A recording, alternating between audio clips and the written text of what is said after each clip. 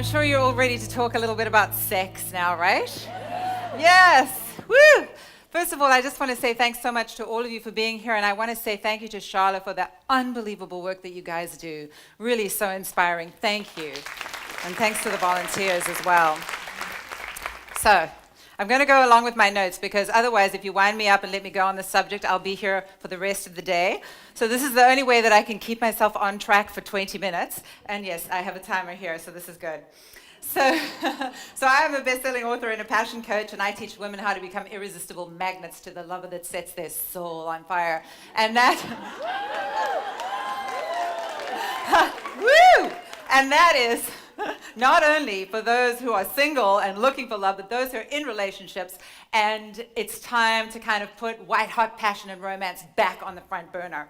And I'm so excited about what I do, and here's why. Because not only do I think the world needs a whole lot more love right now, and great sex. Don't you think it's been getting a bit of a bad rap lately?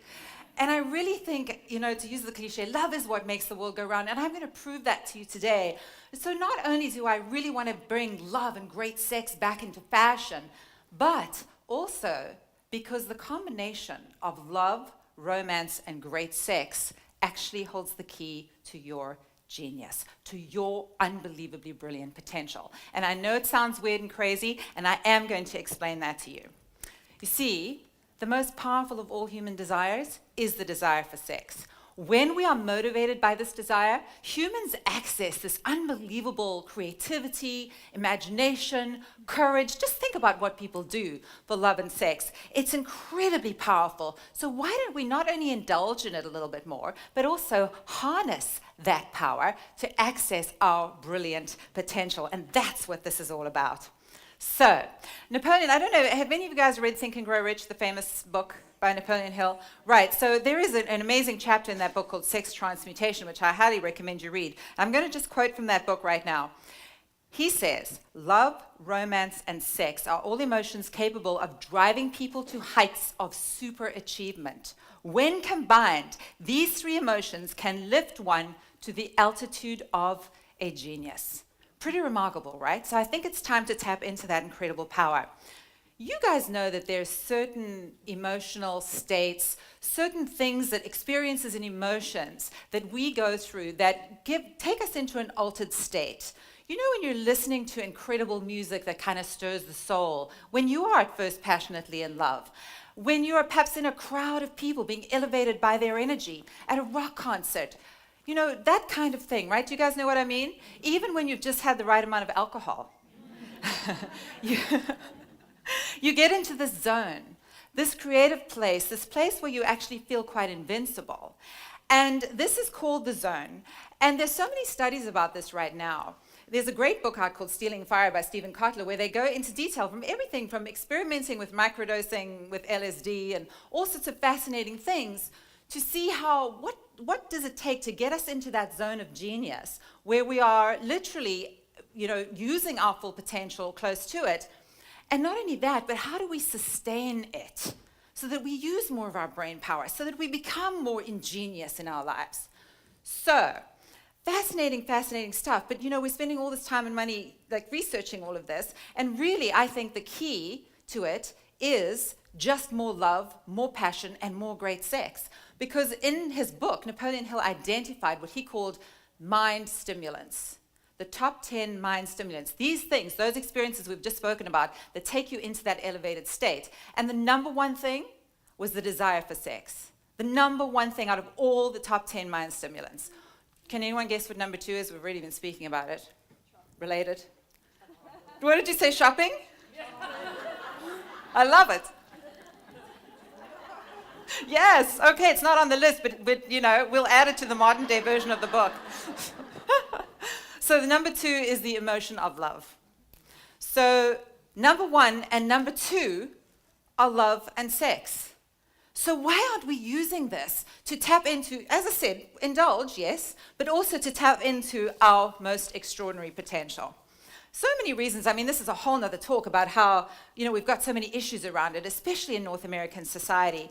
We also believe that love is more important than sex. And in actual fact, it's this potent combination of love, sex, and romance that takes us into this heightened zone. And so great sex and passion in a relationship are not only important to make that relationship great, but actually to sustain it. Because you know that it's not love that makes us stay, it's passion. People give up on love all the time. All the time. It's really passion that makes you stay. It's this combination.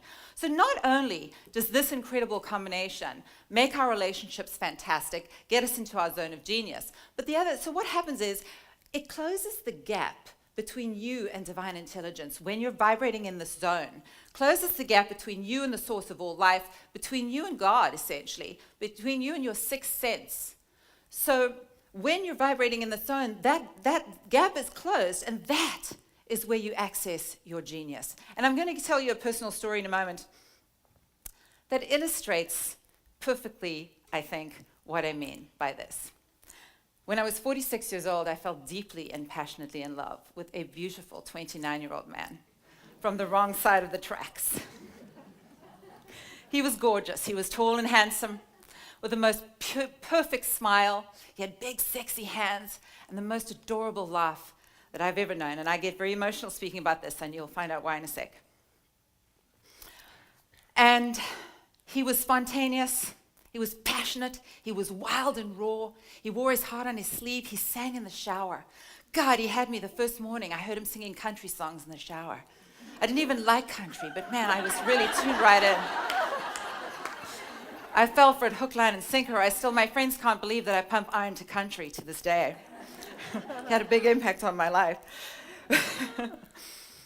But, you know, I met him in a grocery store. Oh, by the way, when he kissed me, I was at his mercy completely. And I've never had sex like that before. It was extraordinary. He took me to this confident, passionate place of wild synchronicity. And even though he was no saint, I fell hard. I really fell hard. And we met in a grocery store in California, and I know that it sounds kind of cliche and a little weird. I think it's romantic, personally. And he quite spontaneously said, "You're very beautiful." And I turned around, I thought, did somebody say that to me? And I turned around and I see this beautiful, tall, gorgeous young man. And at the time, I thought not a day older than 22. And I'm thinking, whoa, great. But he had this energy and this aura around him that was just knocked me over. And I thought, God, this is what is this? This is so extraordinary. And in that moment, I thought, weird, crazy, but I'm getting this download that I need to be open to whatever the universe intends for this to be. And in that moment, I had truly no idea what the universe intended for it to be at that point. And so it wasn't a shock to me because of that reaction that he followed me outside and he handed me a paper napkin with his name and number scrawled on it in black ink. And he said, "Call me." And I said, "No, I don't call men." And I handed him my business card. No. They chase us. And I handed him my business card and I said, "You call me." Well, he called when he got off work, and here's what he said. He said, "Hey," he said, "do you want to get together and have some fun?" I thought, hell yes. Hello, I mean, since he put it that way, I don't know about you guys, but I certainly was not going to be resisting that. And I have to tell you that when the doorbell rang, I was feeling really kind of nervous, even though I had tapped into my intuition and I had talked to God and I had said, okay, so this is crazy. I have to invite him to my house because I had a dog who couldn't be left alone. And because this was so spontaneous, I had not arranged a babysitter. So I'm like, okay, this is a stranger from a totally different world. He's really young. I have no idea who he is or what he's all about. And I have to invite him to my house. So tune in. Ask for divine guidance on this. Am I being overtaken by lust? Or is there something I need to tune into and be aware of? No red flags. So I invited him to come to my home. And the doorbell went, and I'm like, oh, what am I going to do with him? What is all this about? And I tell you, I needn't have worried. Opened the door, and he was standing there with this big smile. And he just stepped in. He hardly said a word. He just took me in his arms, and he held me in the most extraordinary hug I've ever experienced in my life. I literally just melted into him. And I knew in that moment that his soul was special. And I knew that the evening was going to unfold exactly as it should. And I was open to that. Completely, whatever that may be, as I said.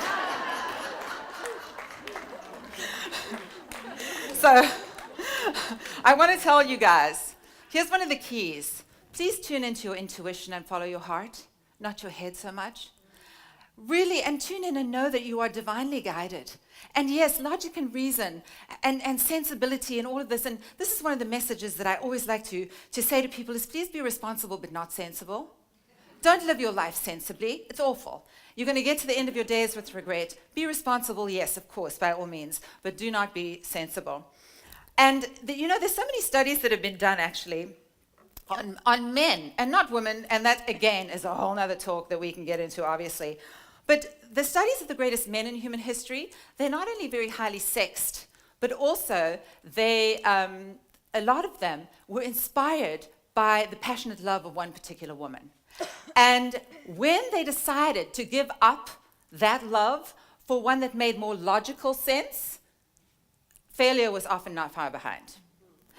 And so this relate to women? Absolutely it can. And, I think that if you think about Napoleon and Josephine, for example, theirs was a passionate love.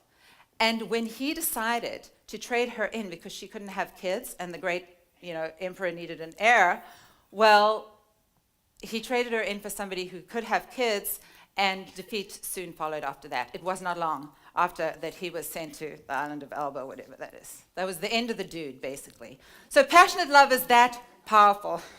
And if I'd listened to my logical mind, I would have missed out on the most extraordinary experience of my life. So please disregard the opinions of others. Everybody had an opinion that I was making a grave mistake, and they were wrong. I would have missed out on one of the most extraordinary experiences, and I did. I followed my heart on this crazy, spellbinding, passion-filled journey with this beautiful man. When we were apart, I wanted him with a hunger and a longing so powerful that it literally did drive me to throw all caution to the wind, to screw comfort, and to risk everything. And I'm so glad that I did. The poet Rumi wrote, "Gamble everything for love if you are a true human being. Half-heartedness does not reach into majesty." How many of you guys know Rumi? Do you read Rumi? Please go and check out Rumi's poetry. It's just extraordinary.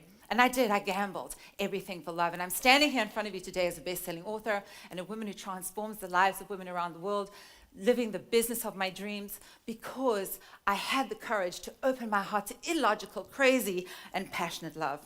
I'd wake up in the morning after a night of wild and crazy sex, and I would go through to the living room at 5 a.m., pour my coffee, and I'd write. And I would write furiously and so intuitively and creatively that I wrote a best-selling book in less than 6 weeks from cover to cover. That's what he means when you tap in to that zone and you harness it as well. Yes, indulge. Could have I stayed in bed and woken him up and had some more? Yes, absolutely. But I harnessed... But I could wait till that evening for that. So I harnessed that energy and really did access some genius stuff that was hiding up until that point. And also when devastation struck, and it did, I also accessed courage that I honestly didn't know I had. And I faced my deepest fears and am still standing because I accessed courage I did not know I had. You see, a woman possessed by love feels capable of doing the impossible. That's what I mean by checking into this and bringing this whole cocktail of love, sex, and romance back into your lives, back into style. And so that's why my work is so exciting. And when my beautiful man was physically ripped from me, in a horrific series of events that followed a tragic incident just 7 months after our wedding, I married him, I felt that my soul would never recover. I felt that I was drowning in despair. But even in the midst of all of that, when you feel like you can't breathe, there was this little voice that kept telling me that everything was unfolding as it should, that I had the courage of a lioness, and that even my wildest dreams were still going to come true. Napoleon Hill wrote that even the memories of great passionate love has the ability to lift us into the zone of genius and tremendous courage, even the memories. So if you've experienced passionate love, it can continue to bestow its gifts on you for the rest of your life, as long as you choose to believe that. So, I challenge you. I challenge you to give up living a half-hearted life. It is time to gamble everything for love. Your brilliant potential, your courage to live the life of your dreams, your bright light depends on it. And I know, for those of you who are single, there's this calling. And I know for those of you that are in passionless relationships, there is this calling. So I'm going to ask you to put it at the forefront, on the front burner of your lives. Make it a priority, the combination of love, sex, and romance. I've only got 5 minutes left, but I wanted to read a love letter that I wrote him. Would you like to hear it? Yes. Okay, I'm going to go through it really fast. There is not a man on planet Earth who kisses like you. I think about your kiss and how it made me putty in your hands. I think about the time I was in the bathtub, you walked towards me with purpose and lustful focus, taking your clothes off one element at a time. You climbed in, got on top of me in one move, never available for no from the one who had chosen you, always so certain I'd want you, and I did. I think about the time with the Ritz in Marina Del Rey, do you remember, before we were married? I remember being on my back with my legs over your shoulders and tears rolled down my temples. I cried. I cried because you took me to that place where physical sensation and emotional depth collide in a feeling so perfect, tears can't be stopped. Right over the edge where bliss dips into ecstasy. I'm a good lover because of you. You stripped me of my inhibitions, of my self-imposed insecurities. You built up my confidence, complimented me, wanted me, took me, pushed my limits, refused to accept timidity. You took me to that edge of my preconceived limits, to that edge where we catch a glimpse of our greatness. You taught me that the real me exists beyond my comfort zone. You took me there physically, and that seeped into all aspects of my life. I'm becoming all that I was put on this earth to be because you took me there, and because I had the courage to go along with it. You are my reason for excelling. You are my purpose for success. You are my passion. I will love you always. Yes, the passionate road is often a treacherous. Thank you. Thank you.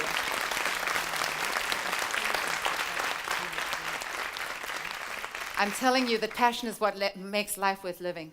It ignites the soul, it pushes your limits, and it causes you to catch a glimpse and to keep going towards your greatness.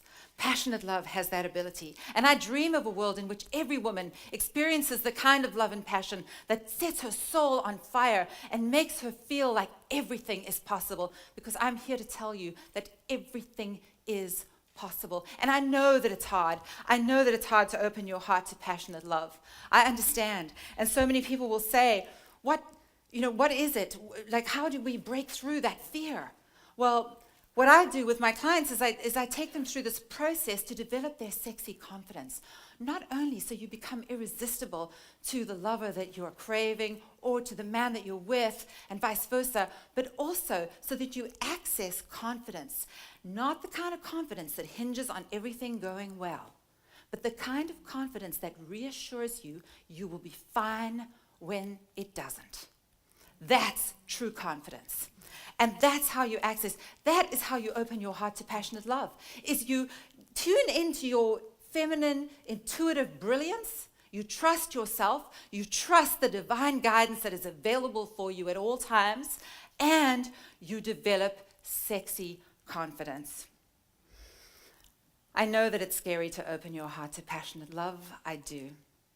And I know that the passionate road is often a treacherous one, I know more than most. But I'm telling you that it is so worth it. And so I realize that people sit there and they say, what if it doesn't work out? And to that I say, what if it does?